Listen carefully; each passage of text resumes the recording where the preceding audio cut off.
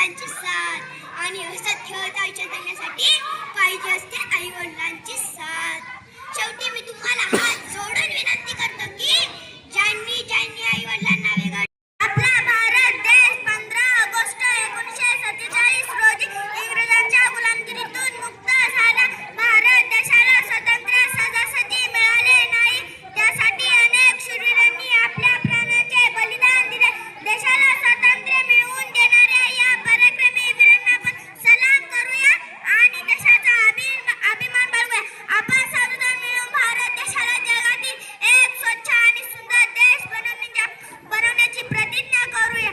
आज आपण स्वतंत्र भारतात मुक्तपणे श्वास घेतो ते आपल्या वीरांच्या बलिदानामुळे. आज आपण स्वतंत्र भारतात मुक्तपणे श्वास घेतो त्याचे सर्व श्रेय या देशपुत्रांचे आहे. स्वातंत्र्य प्राप्तीसाठी अनेक स्वातंत्र्य सैनिकांनी आपल्या प्राणांची आहुती दिली. महात्मा गांधी, लोकमान्य टिळक, सुभाषचंद्र बोस, मंगल पांडे, भगतसिंह, सुखदेव, राजगुरू, लाला लजपतराय, शाळे स्वातंत्र्य सैनिकांनी देशाच्या स्वातंत्र्यासाठी प्राणपण लावले. शेवटाला जाता या उठणारे मेरे वतन के लोगों जरा आंखों में भर लो पानी. Today is 15 August. We are celebrating Independence Day. It is our national festival. This day 1947 we got freedom from British rule. It is very proud day for कारकाची प्रतिमा उभी राहते. भगतसिंग हे केवळ नाव नाही तर ते देशप्रेम, त्याग, धैर्य आणि क्रांतीचे जिवंत प्रतीक आहे. भगतसिंग यांनी अवघ्या 23व्या वर्षी देशासाठी आपले प्राण अर्पण केले. त्यांचे एक स्वप्न होते, भारत स्वातंत्र्य, सुरक्षित, समतावादी आणि प्रगत राष्ट्र व्हावे. त्यांनी कधीही स्वतःच्या सुखाचा विचार केला नाही. त्यांना फक्त भारत मातेचे स्वातंत्र्य प्रिय होते.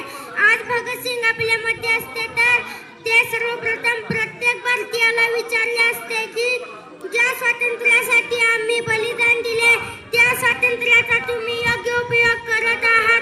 आनंदाचा दिवस आहे 15 ऑगस्ट 1947. या दिवशी आपल्या देशाला स्वातंत्र्य मिळालं. महात्मा गांधी, लोकमान्य टिळक आणि Bhagat Singh we should respect our country. Eat clean and study well to make India proud. Happy Independence Day. जय हिंद.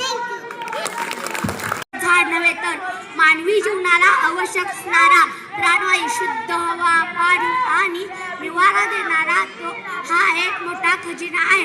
भारतामध्ये वनस्पतींच्या तब्बल 45,000 प्रजाती आढळतात, जी जागतिक वनसंपदेच्या जवळपास 10% आहे. वनसंपदेचे महत्त्व सांगण्यास झाल्यास झाडे कार्बन डायऑक्साईड शोषून घेतात आणि आपल्याला जगण्यासाठी शुद्ध प्राणवायू ऑक्सिजन देतात. जंगले जमिनीखालील पाण्याची पातळी वाढवतात. आणि माझ्या प्रिय मित्र मैत्रिणींना आपणा सर्वांना माझा नमस्कार.